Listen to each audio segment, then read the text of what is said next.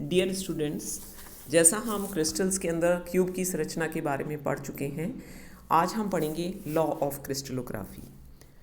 Crystal की संरचना, उसकी ज्यामिति व गुणों को समझाने के लिए क्रिस्टल विज्ञान में 3 नियमों का अध्ययन किया गया है।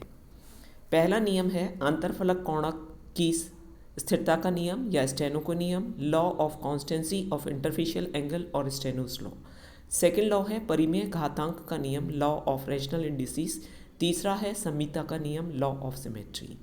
हम पहला नियम ले रहे हैं, law of constancy of interfacial angle या अंतराफलक कोणों की स्थिरता का नियम। किसी क्रिस्टल के किन्हीं दो प्रतिच्छेद इंटरसेक्टिंग फेसेस से लंबवतः खींची गई रेखाओं के मध्य का कोण अंतरफलक कोण कहलाता है, जैसा हम पहले पढ़ चुके हैं।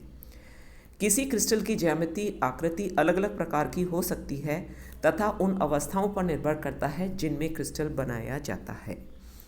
उदाहरणतः NaCl के क्रिस्टल उदासीन माध्यम में घनीय कुबीय होते हैं, जबकि यूरिया में उपस्थित अष्टफलकीय क्रिस्टल बनते हैं।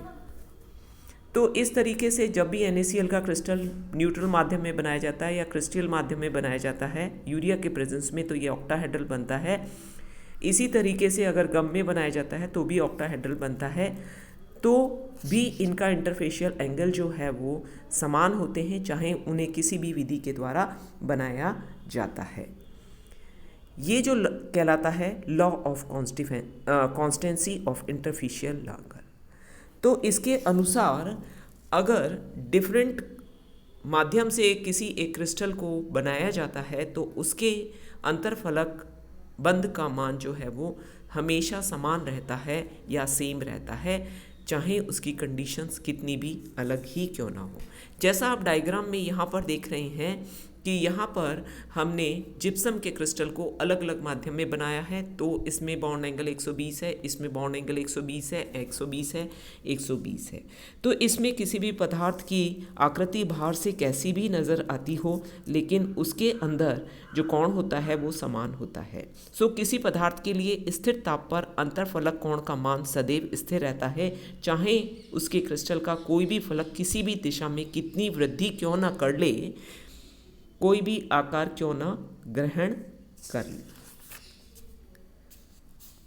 ये जो फीचर है ये एन स्टेनो ने 1666 में बताया था, इसलिए इसको स्टेनो लॉ भी कहते हैं। और ये जो इंटरफेशियल एंगल है जो उसके लिए एपरेटस या उपकरण काम में लिया जाता है उसे गोनियोमीटर कहते हैं। दूसरा लॉ है लॉ ऑफ रेशनल इंडिसेस या परिमेय घातांक का नियम। हाई ने इसको दिया था 1874 के अंदर, और इसके अनुसार क्रिस्टल के फलकों पर अक्षों पर बनाए गए अंत्यकोण से संबंधित एक नियम प्रतिपादित किया जिसे परिमेय घातांक का नियम कहते हैं। इस नियम के अनुसार किसी भी फलक द्वारा क्रिस्टलीय अक्षों पर काटे गए अंतःखंड या तो अनंत होते हैं या इकाई फलक होते हैं, तथा इकाई फलक द्वारा बनाए गए अंतःखंडों के बराबर या उनके सरल गुणांक आदि होते हैं। जैसा यहाँ पर चित्र में दिखाया गया है, ये x एक्सिस है, ये y एक्सिस है, ये z एक्सिस है। इसमें ये इकाई दूरी पर अगर काटता है, ये इकाई दूरी पर काटता है, एक इकाई दूरी पर काटता है, तो इस मान को हम 1 1 1 लिखते हैं, जैसा हमने पहले विस्तार में पढ़ा हुआ है। और इसको हम वेस इंडिसेस के द्वारा व्यक्त करते हैं। अगर इसको हम व्युत्क्रम कर लेते हैं तो ये मिलर इंडिसेस जो हैं वो कहलाती हैं। और ये भी बताया गया था कि इसमें जो ऊपर की तरफ एक्सिस ली जाती है वो z एक्सिस ली जाती है, और जो अंदर से बाहर की तरफ आती है वो x एक्सिस होती है। जो ओरिजिन से, मूल बिंदु से जो है वो सीधे हाथ पर आती है उसको हम y एक्सिस कहते हैं। ये दूसरा नियम है जिसको हम विस्तार में पहले ही पढ़ चुके हैं। तीसरा नियम है सममिता का नियम या लॉ ऑफ सिमेट्री। इस नियम के अनुसार एक ही पदार्थ के सभी क्रिस्टलों की सममिति समान होती है, अर्थात एक ही पदार्थ के सभी क्रिस्टलों में सममिति तत्व की संख्या और प्रकृति समान होती है।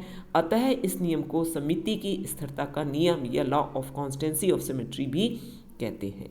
जैसा हमने पहले बताया था कि ये सममिति जो होती है वो किसी भी पदार्थ के सभी क्रिस्टलों में समान होती है, चाहे वो क्रिस्टल का साइज़ बड़ा हो या छोटा हो। तो NaCl के सभी क्रिस्टल में सममिति समान होगी। जैसा हमने पहले क्यूब में पढ़ा था कि इसमें एलिमेंट्स ऑफ सिमेट्री होते हैं।